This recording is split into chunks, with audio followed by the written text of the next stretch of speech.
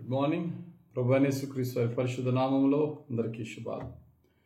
ఈరోజు మన అనుదిన ఆత్మీయ ఆహారంగా సామెతల గ్రంథములో ఉన్న 31 అధ్యాయాల్లో 915 వచనాలు ఉన్నాయి.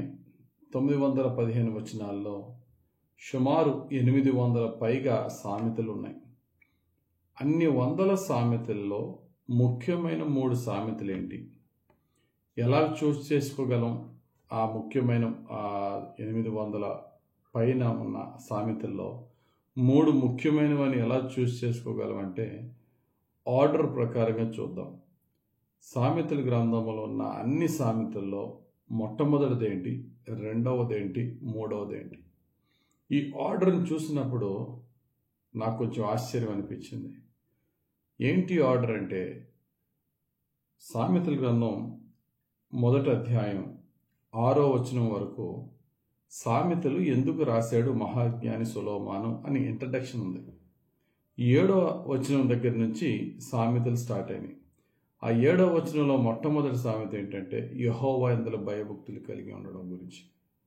ఆ తర్వాత 2వ సామెత ఏంటంటే తల్లిదండ్రులకు విధేయత కలిగి ఉండుట.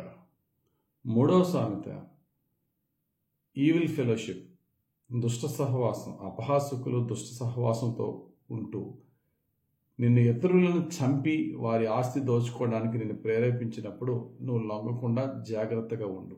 ఈ 3 ఫస్ట్, సెకండ్, థర్డ్ చూద్దామా? సామెత గ్రంథం మొదటి అధ్యాయం 7వ వచనంలో యెహోవా యందు భయభక్తులు కలిగి ఉండుట తెలివికి మూలము, మూర్ఖులు జ్ఞానం ఉపదేశమును తిరస్కరించరు. కాబట్టి యెహోవా యందు భయభక్తులు ఆ 7వ వచనం.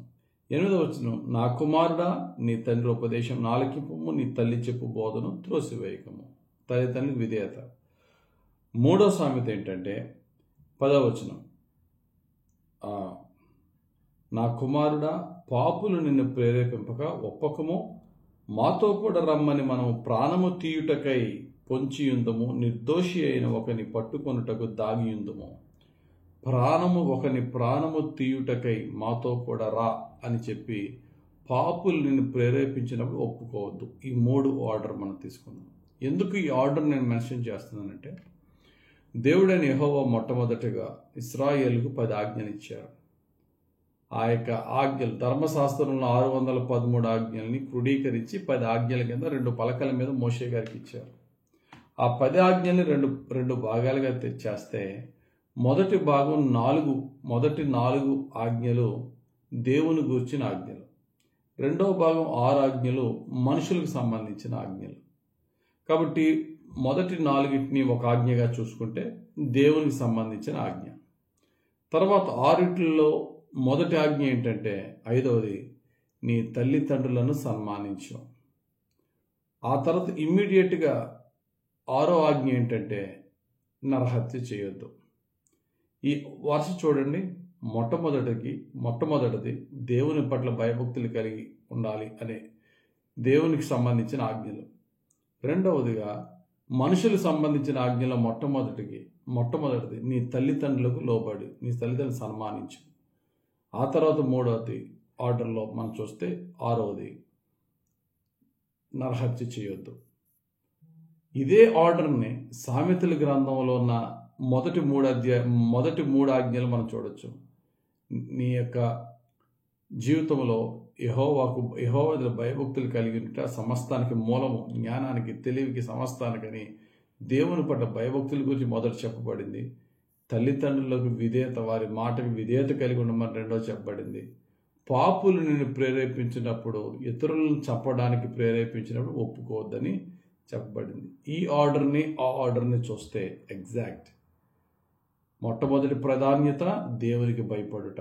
దేవునికి భయపడుట అంటే ఏంటండి? ఆయన ఆజ్ఞలకు లోబడుట, వాక్యానుసారంగా నడువుట. రెండవది తల్లిదండ్రులకు లోబడుట. నీ తల్లి నీ తండ్రి నీకు చెప్పే బోధ త్రోసివేయకుండా తల్లి మాటను తండ్రి మాటను గౌరవించి విధేయత చూపుట. అండ్ లాస్ట్ అండ్ ఫైనల్ 3వది బ్యాడ్ ఫెలోషిప్.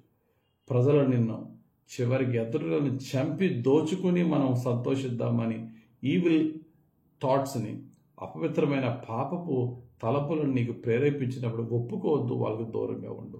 ఈ బేసిక్ 3 థింగ్స్ కనుక మనం చేయగలిగితే ఎవ్రీ డే మరి దేవుని యొక్క చిత్తానుసారంగా జీవించే వారం అవుతాం. నిత్యము దేవుని పట్ల భయముతో భక్తితో సమస్త ఆశీర్వాదాలు పొందుకుందాం. మన కళ్ళ ముందు కనబడుతున్న మన తల్లిదండ్రులకు విధేయత చూపి దేవుని ఆశీర్వాదాలు పొందుకుందాం. మన ఫెలోషిప్లో మనల్ని పాడు చేసే దుష్ట సహవాసము నుండి దూరమయ్యి దేవునితో సహవాసం చేసి దీవింపబడదాం. దేవుడు ఈ బేసిక్ 3 ప్రొవర్బ్స్ని మన జీవితంలో నెరవేర్చి మనల్ని దేవునికి ఇష్టలుగా పరిశుద్ధాత్ముడు నిత్యము నడిపించి దీవించును గాక. ఆమేన్. పరిశుద్ధుడా, ప్రేమ కలిగిన తండ్రి, ఇచ్చిన ఈ వాక్యాలను బట్టి స్తోత్రాలు. ధ్యానించిన ఈ వాక్యాల ద్వారా నీ జ్ఞానం పొందుకున్న వారమై నిత్యము నీకు భయపడి జీవించి నిత్యము మా తల్లిదండ్రులను గౌరవించి విధేయత చూపించి నిత్యము దుష్ట సహవాసానికి దూరంగా ఉండి నీతో సహవాసం చేసి నీ దీవెన, నీ ఆశీర్వాదం, నీ సమాధానం పొందుకునే భాగ్యం మాకు దయచేయమని యేసుక్రీస్తు వారి పరిశుద్ధ నామములో ప్రార్థించి వేడుకొంచున్నాం తండ్రి. ఆమేన్. తండ్రి, కుమార, పరిశుద్ధాత్మ దేవుని దీవెనలు మనపై దిగి వచ్చి మనల్ని దీవించును గాక. ఆమేన్. God bless you. Have a very blessed day.